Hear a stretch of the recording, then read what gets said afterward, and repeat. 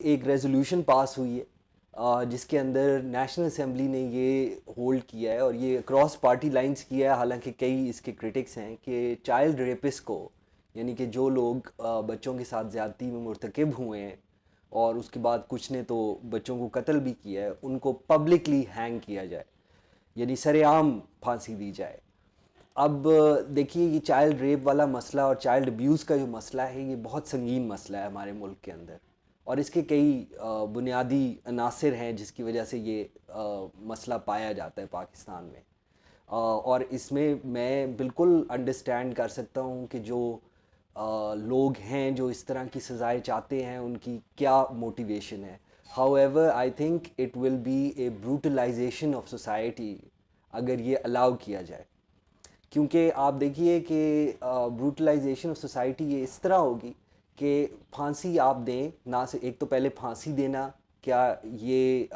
جائز ہے آج کل کے معاشرے میں، اس کے اوپر بھی بحث ہو سکتی ہے، لیکن یہ کہ پھانسی سر عام دی جائے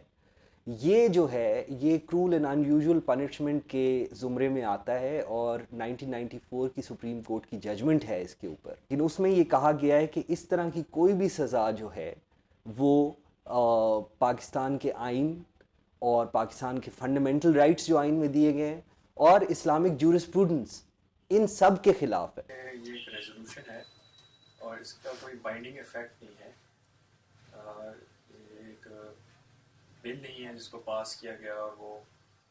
پھر ایونچولی اگر سینٹ اس کو پاس کر دے تو وہ لاء کی صورت اختیار کر سکے۔ یہ ایک ریزولوشن ہے، تو لہٰذا یہ ریزولوشن اور بل میں جو ڈفرینس ہے یہ کلیئر ہونا چاہیے۔ دوسرا یہ کہ یہ جو کانسیپٹ ہے پبلک ہینگنگس کا، یہ ہماری جورسپروڈنس میں سیٹل ہو چکا ہے کہ یہ پریکٹس پاکستان کے آئین سے متصادم ہے۔ اس کے سلسلے میں ایک تو آرٹیکل 14 آف دی کانسٹیٹیوشن ہے جو گارنٹی کرتا ہے dignity of men and women, and صرف سٹیزنز نہیں بلکہ تمام وہ اشخاص جو کہ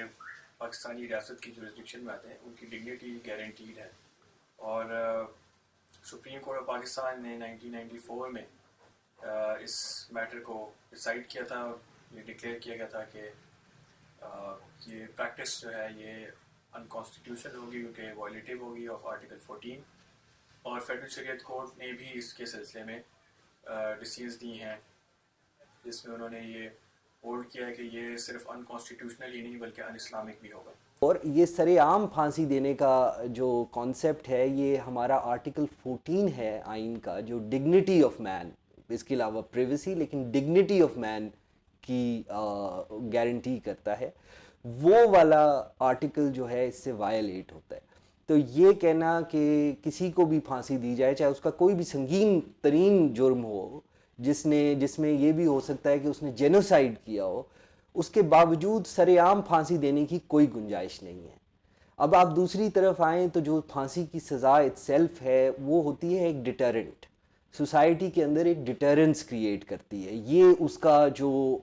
ریزون ڈی ایٹر ہے، یعنی کہ ریزن ہے اور ریشنل ہے ڈیتھ پینلٹی کا، وہ یہ کہا جاتا ہے۔ لیکن اس سلسلے میں آپ یہ دیکھیے کہ جو چائلڈ ریپسٹ ہوتا ہے یا جو پیڈوفائل ہوتا ہے یا جو ایسے بچوں کو ریپ کر کے مار دیتا ہے، یہ لوگ جو ہیں یہ مینٹلی کوئی اپنی سینسز میں نہیں ہوتے، ان کو کوئی نہ کوئی کسی نہ کسی قسم کی مینٹل النس کا یہ شکار ہوتے ہیں۔ تو آپ یہ دیکھیے کہ اگر یہ سچویشن ہو تو آپ مینٹلی ایل اور جن کی کیپیسٹی نہ ہو ان کو آپ، انگلش لاء کا پرنسپل ہے، آپ کی جورسپروڈنس کا پرنسپل ہے کہ ایسے لوگوں کو آپ سزائے موت نہیں دیتے۔ اور دیکھیے اگر سزائے موت آپ ان کو دے بھی دیں گے تو اس سے کوئی ڈیٹرنس کریٹ نہیں ہوگی۔ ڈیٹرنس اس لیے نہیں کریٹ ہوگی کیونکہ آپ نے یہ جو لوگ ہیں جن کو اس طرح کی مینٹل النس ہے یا جن کو یہ دماغی مسئلہ درپیش ہے، وہ لوگ اس سے ڈٹر ہونے والے نہیں ہیں۔ اس مسئلے کے آپ نے دیکھنا ہے کہ اسباب کیا ہیں، اور اسباب آپ کے معاشرے کے اندر پھیلتی ہوئی ایک فرسٹریشن ہے، اور اس کے علاوہ جیسے کہ میں نے کہا کہ مینٹل النس ہے جو لوگوں کو اس طرف لے کے جاتی ہے اور اس طرح کے کرائمز کرنے پہ ان کو بیسکلی وہ کہ کرائمز کمٹ کرتے ہیں. تو اس لیے میں یہ کہوں گا کہ سزائے موت جو ہے وہ اس طرح کے کیسز میں دینا شاید ڈیٹرنس نہ ہو, اور سر عام پھانسی دینا یہ بالکل لاجکلی پاسبل نہیں ہے. اور آپ کے آئین کے تحت آرٹیکل 14 کے تحت, جس کا آرٹیکل 14 جو ہے وہ اس کی جو ہسٹوریکل ریزنز ہیں اس کو شامل کرنے کی آئین کے اندر, وہ بھی اسلامک جورسپروڈنس سے آتی ہیں. دیئرفور یہ پاسبل نہیں ہے کہ سر عام پھانسی دی جا سکے. اب یہ دیکھیے کہ حکومت کے اندر سے خود آوازیں اٹھ رہی ہیں. فواد چودھری صاحب نے کہا ہے,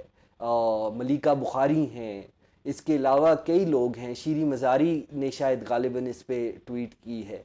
کہ کئی لوگ ہیں جنہوں نے کہا ہے کہ یہ ان کو منظور نہیں ہے. تو یہ جو بائی پارٹیزن کا کنسنسس کی بات کر رہے ہیں, یعنی کہ the bipartisan consensus that was required, اور اس طرح کے سنگین اقدام کے لیے وہ ایگزسٹ نہیں کرتا, وہ حکومت کے اندر ہی وہ کنسنسس نہیں ہے.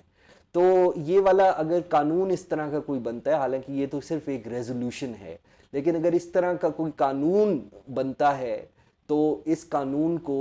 آئین کے تحت چیلنج کیا جا سکے گا. تو لہٰذا ہمارے قانونی نظام میں کیپٹل پنشمنٹ تو ہے, ڈیتھ پینلٹی جو ہے وہ مختلف offences ہیں جن میں پرووائڈڈ ہے, لیکن اس کی جو ایگزیکیوشن ہے, یعنی کہ جو جب اگر کسی کو ڈیتھ سینٹنس ہو جاتا ہے اور اس کو